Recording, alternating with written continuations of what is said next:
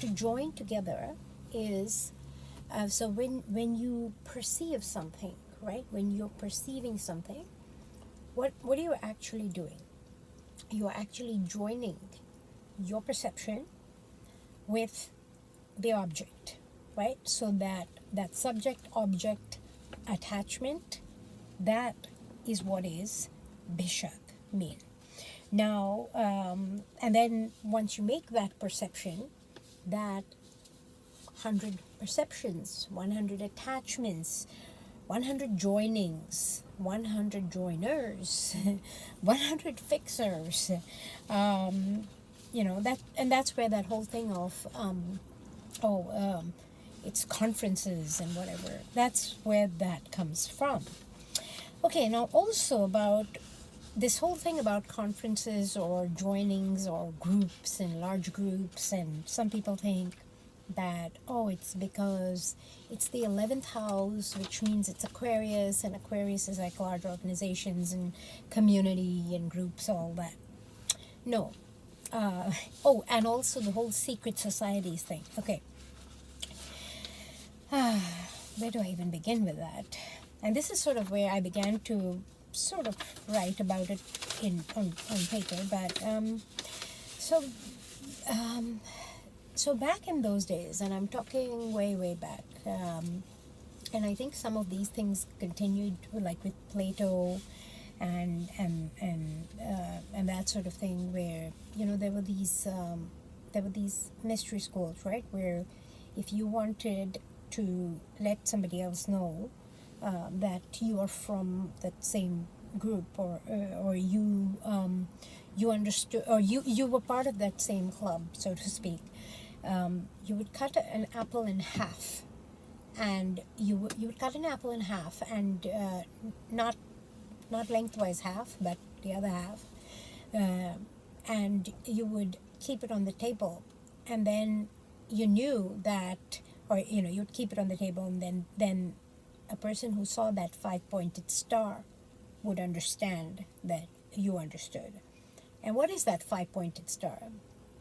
A 5-pointed star. Now, 5-pointed star is not necessarily a symbol of Shattabhisha. It's more Ardra-like, I would say, actually, but not even. But it's Fibonacci, essentially. It's a Fibonacci. It's the Fibonacci series, where you go 1 plus 2 equals 3. Then 2 plus 3 equals 5. Then 3 plus 5 equals 8. Then 5 plus 8. Then 8 plus 13. Then, and you keep going like that. And all of those result in the golden ratio. It's what, 1.618 something. So all of these mystery traditions, and how were they communicated, right? There's some word that the Brigus, right? The Brigus of old, they used to write on sand. Now, Brigu came from from Varuni, is said, and some people say, well, they write on sand, and this means that, it's because they don't want any record keeping of it and all that. But if you just think about it, Varuni is the ocean goddess, and Varuna is basically banished, sent to live with Varuni in the depths of the ocean. And I know I skipped around a bit because I got a little bit thrown off with my earphone thing, but anyways, when I should go back to the story. Where should I? No, I'll just continue. So, and that's actually a sign. This is why it is so sort of misunderstood. Tell me something. If your parent, if your mother is the ocean, where are you going to grow up? On the seaside. And where are you going to write the lessons that your mother teaches you? You will write it on sand. These days, we still write on sand. Look at what I'm recording on silicon, right? Someday, we will record all these memories. Actually, all these memories are already stored in water, right? In our water, in all the water. But sand and water, these are the things that, well, I would say water is what stores the memory. Sand is what is used to transmit the memory. Okay? Silica. So take that and ponder on that for a bit. So now, so it's not secret. It's just something to be meditated on properly. Okay. Now, okay, back to family tree. So, Varuna is, oh yeah, there's my diagram. There we go. So, Varuna is this one of the eight. Okay? Holds everything at the bottom of the, so if you look at this as like a proper horoscope, right? This is your rising, your rising sign. This is like your partnership, or your sunset. This is your 8th house. This is your 12th house. Your 10th house, and your dharma, where you reach fame in the world and all of that good stuff. But this is your nadir. This is your soul. This is your maybe your unconscious self, the collective unconscious. This is also so now if you think about it from a daytime and all that perspective, this is where these are your roots. This is where, after a person dies and they are down in the depths of their duat, right? In Egyptian or Arabic astrology, this area is called the duat, the underworld. So literal, right? There's also association with the 100 helmsmen, right, who are carrying your boat across. So this right here is where Varuna doles out your cosmic order, or upholds the cosmic order, and kind of listens to or assesses you in your underworld. And that's not to like have any fear, so to speak, of Varuna, because this is more the cosmic order of things. This is not man-made laws like, oh yeah, you sped that day, so you missed your parking ticket, so I'm going to give you one. No, it's deeper than that. It's what cosmic laws did you break, right? How many cosmic laws am I breaking by making any of this sacred, secret science public, right? But I don't believe I am, because I believe that only people who are meant to hear this will actually hear it. So this bit, this is how he is the holder of cosmic law. And now right next to him there, that's Mithras. Mithra is the fulfiller of the promise. Mithra fulfills the promise that Aryaman made based on whatever Varuna figured out was, okay, this part can be kept, this part can be kept, whatever. And he's ultimately I would say neutral. And I kind of hesitate on that word neutral, because Shattabhisha is actually, Varuna is actually very, very passionate about holding that cosmic order. Okay, he's not wishy-washy about that cosmic order. He'll bring down the floods and like destroy everything if that's what it takes in order to restore cosmic order. I'm not talking about your personal order or whatever it takes to make you personally happy. Okay, that BS is not his jurisdiction. So he cares more about cosmic order. And yeah, all kinds of havoc can break loose, and that's fine because it is cosmically okay. Now, and then Mitra is the fulfiller, and then you have the sunrise, right? That's why the Arohana Shakti or something is for Mitra, not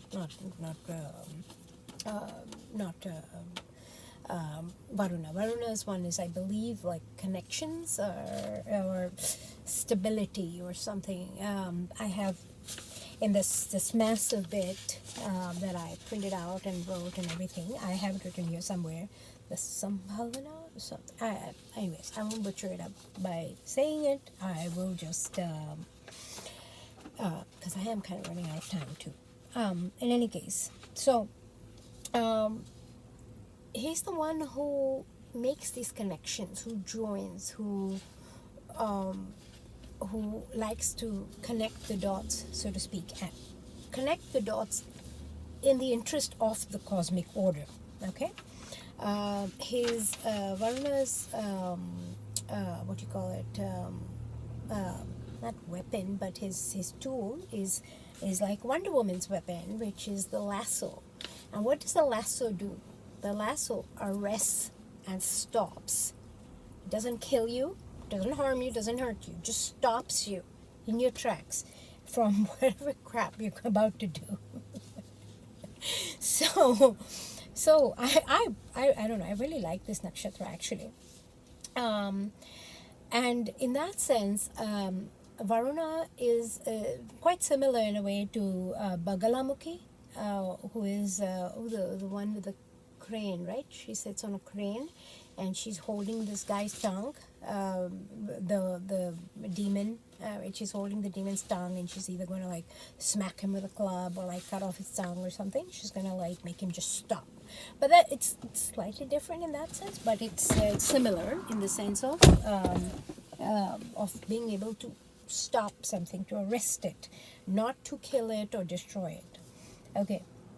Oh yeah, I said a bit about the why is it an asura? Asura because this is, I mean, I think this made it pretty clear. This part of the sky is asura, and this is the sura part, right? The sun and the pre-sun, post-sun. Is that my son? Not the sun, my son. Where is he? Okay, no, that's fine. So, all right. So, okay, so now I'm going to talk about Varuna. So in the beginning, there was consciousness. And along with that consciousness was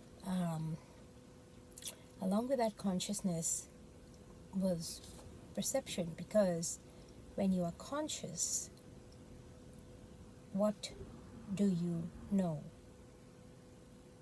Everything. Because when you are simply aware, you are aware of everything and everyone that you're connected with. And I really recommend checking out I have a video from maybe a couple of years ago. It's called Spherical Time, Linear Time, Spherical Time. Check that out. I do ramble, obviously. What else is new? But spherical time is another thing that I learned about there in this monastery, where time is not linear, nor is it cyclical. It's spherical. And it's spherical in a sense, but it's also spherical in the sense of like it's a point from which all possibilities are possible. And this is why too I highly recommend that Quantumania movie, because it was like there's this probability confusion that occurs. I'm not going to give away any spoilers, but there's this thing where there's a situation where like this guy breaks out into multiple cells, and it's like, oh shit, what's going on? And I was like, oh, Joel, I told my husband, I'm like, those are all the options available to him. He's hit the 0 point. And my husband was like, I want to watch the movie. I don't want to talk about meditation. But that's spherical time. And anyway, so in that that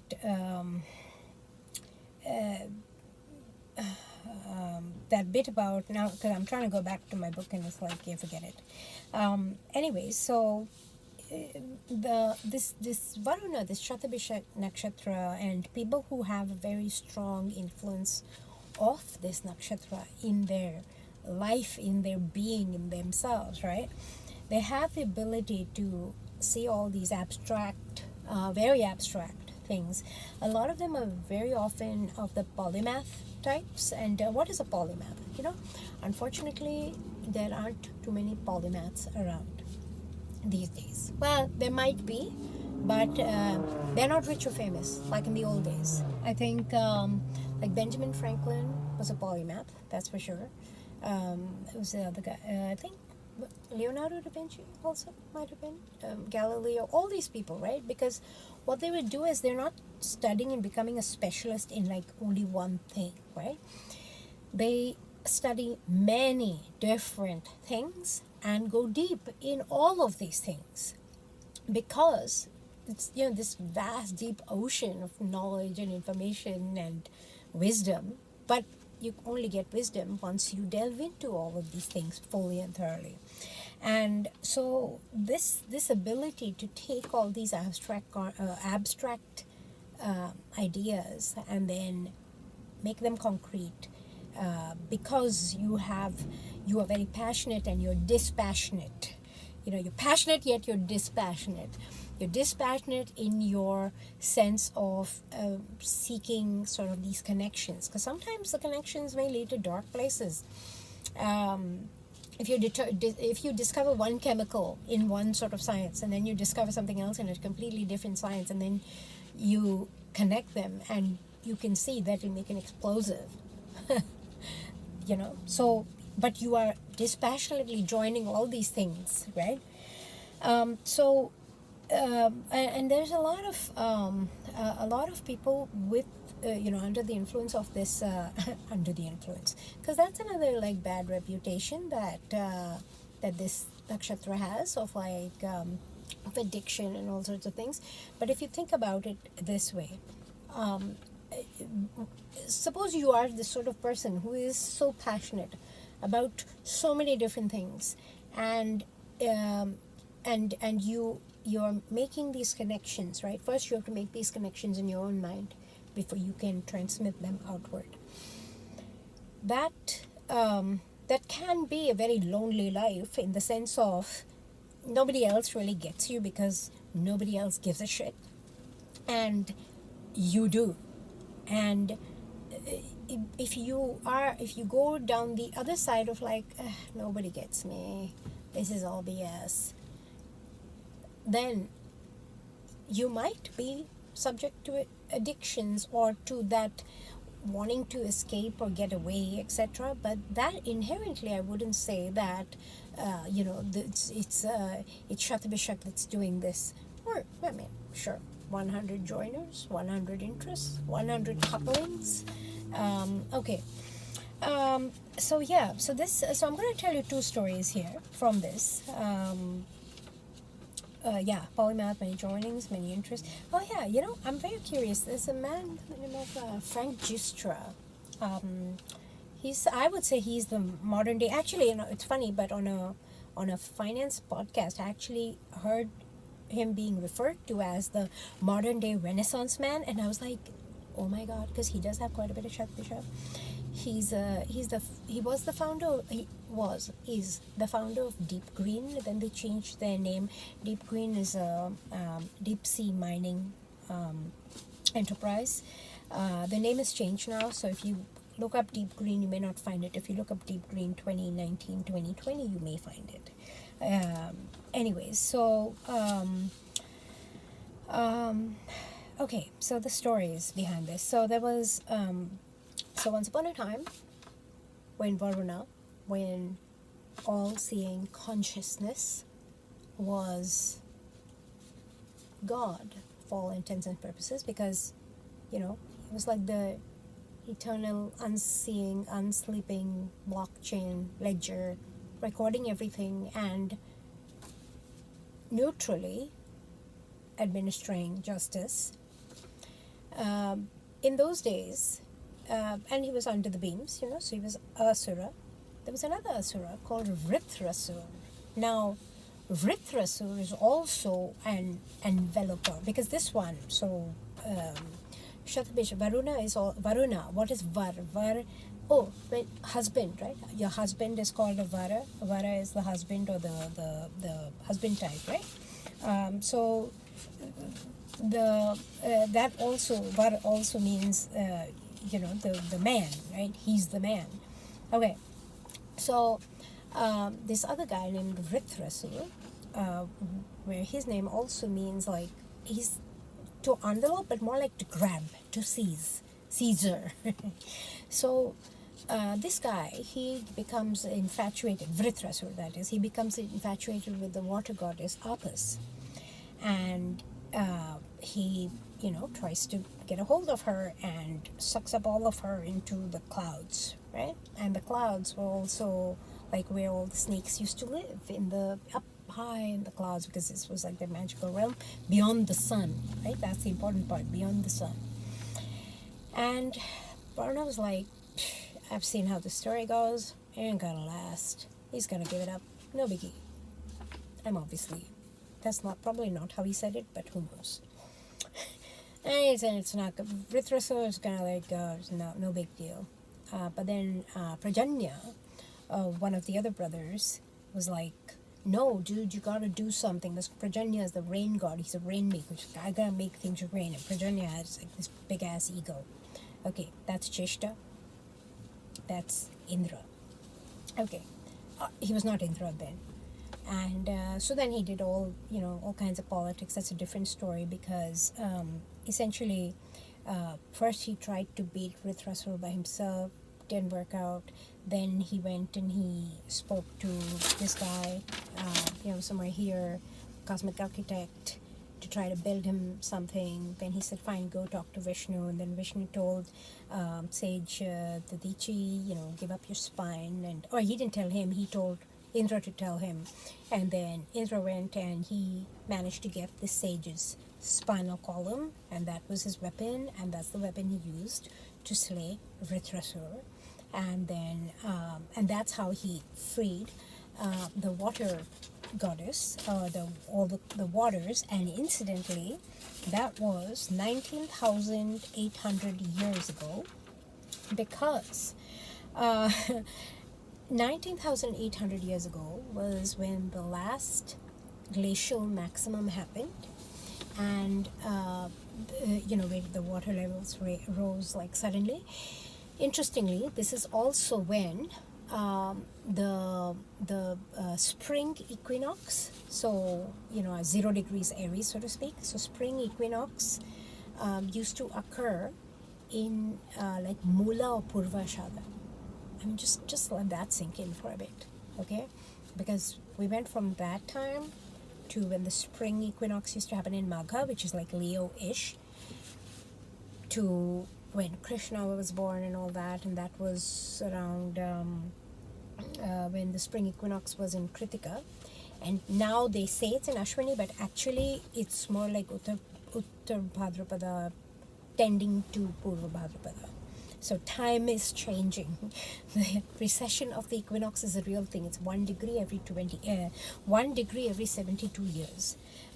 So anyways, so that whole glacial maximum happened, and then came the flood. It's there in the Noah story. It's there in a lot of stories. A lot of the birds associated with it are there. I'm not reading my book at all.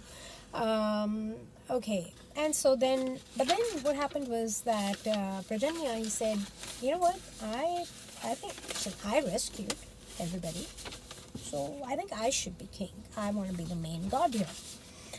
And Varuna, because he can see everything from everyone's angle, he doesn't care. He's like, fine, take it, you be god, no big deal. And he said, I'm going to banish you, send you down to be with Varuni and the depths of the ocean. He's like, fine, cool, I'm good. So from that story, okay, what can you and why did he do that? Because he's impartial. He can see things from everyone's angle. Because he has so many other interests that if one is gone, another thing is already lined up. Okay, and now what can you infer from this archetype? Polymath, multiple interests, visionary, because you can see everything. The initially favored child, because remember he was Aditi's favorite. He was a strong one who was sent there to, like, he had like 3-4 jurisdictions of everything, right? Oh, and I've still not told you about why Mitra and Varuna split. I'll get there. He's the initially favored child and a super competent leader. He is betrayed by those close to him. There is a fall from grace, and yet he doesn't care, and he's impartial. There's a spirit of surrender and acceptance. He's a keeper of cosmic order, cosmic, not earthly laws. Weapon is a lasso, not lethal. And organizational successes of this native will have to have 2-3 recs open to do what this guy did without much ado. So to do what this guy did without much ado, if this person is replaced in an organization, they probably need to like replace it with like 2 or 3 recs. And why do I say that? Because when Indra took over, first of all, he couldn't do it all. He was not neutral enough. So hence why Yama took on that role of Varuna's, of keeping that order and being that judge and the one who decides where your soul is going to go, right? And this is why, look, I lost my paper. This is why, if you like, this is almost like, say, is it like near Aries, Taurus, or whatever? No, only if this is the beginning. If this is like, say, January, and then this would be like Aries, Taurus range, right? So, this is where Yama became the one who makes those kind of decisions, because Indra couldn't do it. And then, and who did Yama have by his side? Vishwakarma, right? The celestial accountant. Yeah, from Hasta, I think. Anyways, so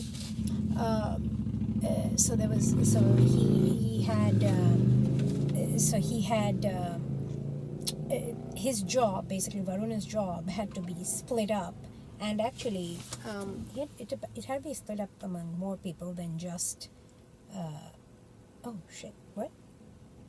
Oh, why did he call me? Okay.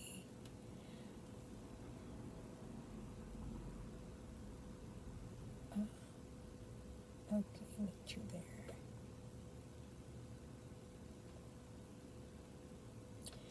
So, okay, I'm gonna have to wrap.